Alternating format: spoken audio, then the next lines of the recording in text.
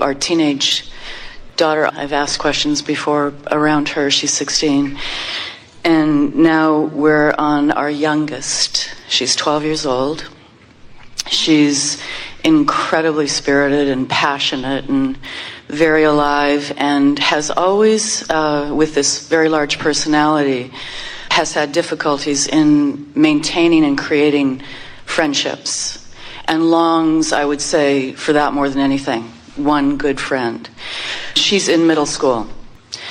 And as parents, my husband and I have parented 4 children. We've been parenting for 20 years, and we've gone through a lot of educational experiences, from homeschooling to private schools, alternative educational means, and she's right now in public school, which I know from a level of contrast you think is brilliant, and as a mother I find sometimes kind of hateful because it is so cruel.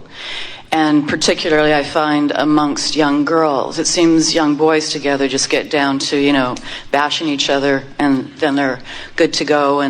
But the young girls can really create a miserable situation for each other, and very, very hurtful. So a lot of my emotions is around being a mother, witnessing this, removing myself to be able to coach her and be soothing and helpful. And knowing how... You could just go to school and beat all those little brats up. Yeah.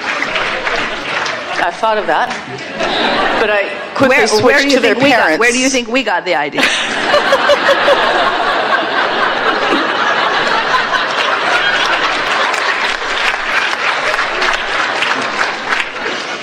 So I'm in this very tender place, as you can see, because it's been just in this past week, the words that they choose, and they can all eye chat, so they can nail you 24 hours a day on the computer system. These girls can gang up after school and hit you. And she's, she's such an incredible kid.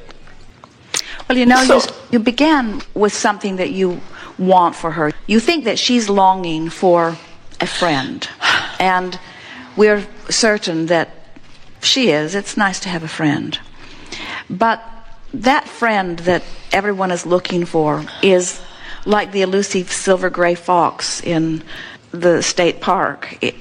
They don't show up very often, and then only in vibrational response to someone who's really ready for them. In other words, you can't have your feelings hurt, and she justifiably does. You can't have your feelings hurt and attract that friend, because the vibrations are too far apart. Mm-hmm.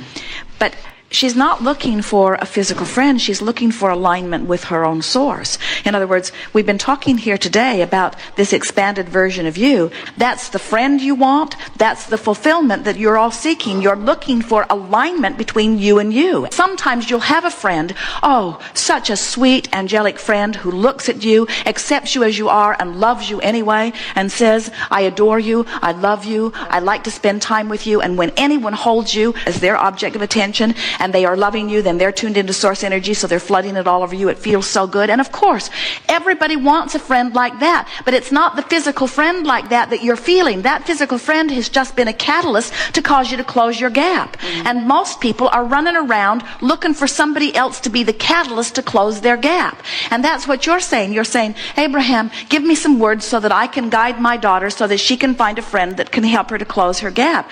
And we don't want her to find a friend that helps her to close her gap. We want her to close her gap because that's where the friend of all friends is. In other words, she's got to tune in to the vibration of love, not ask someone else to give her words that give her the reason to tune into the vibration of love. You see what we're getting at?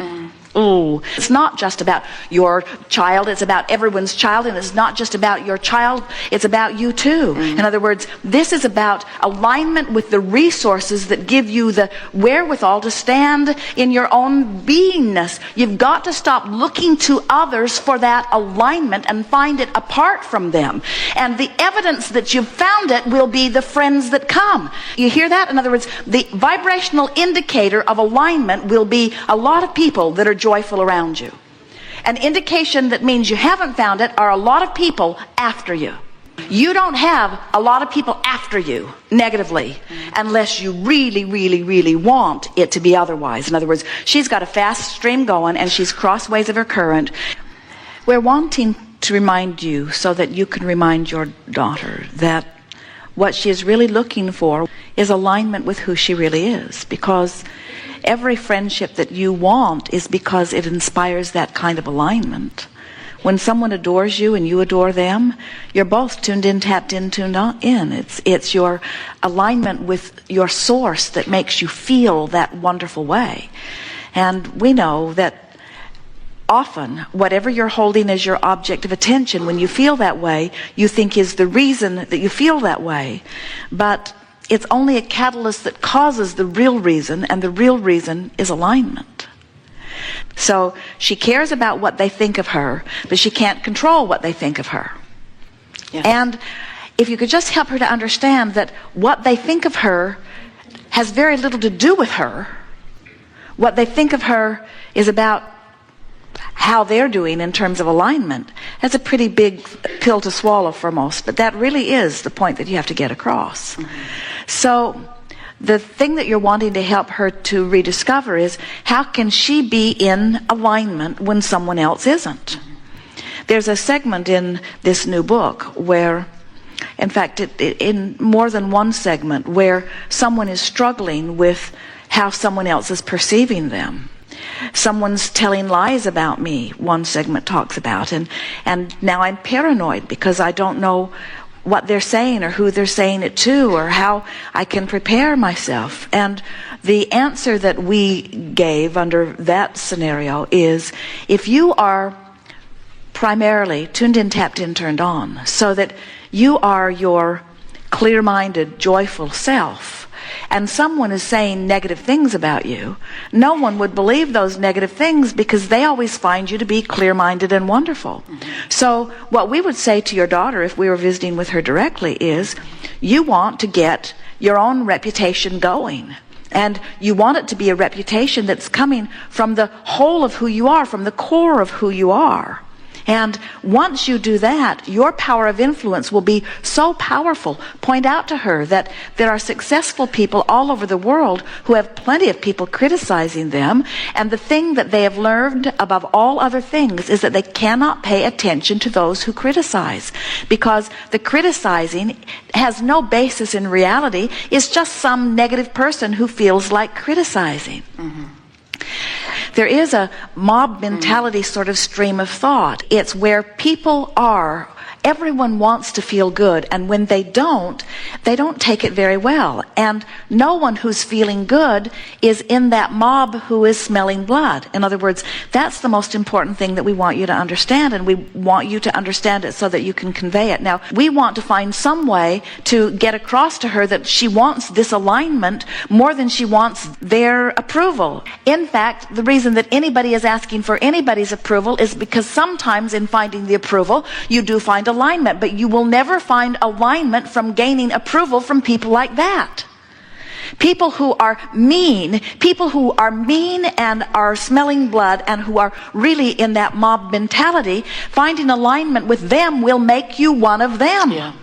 In other words, that's not what she wants. So what is it about them that you think makes her think that she wants? You said she hangs out with the boys. Clearly, it's not fun to run around with those girls. They're not nice to be with. They don't make her laugh. They don't inspire her. They don't bring the best out of her. So what is it about them? What is this peer group pressure? Why is it that the mean ones so often are the ones most sought after? That's the question that we'd like to get to the bottom of. What do you think she sees in them?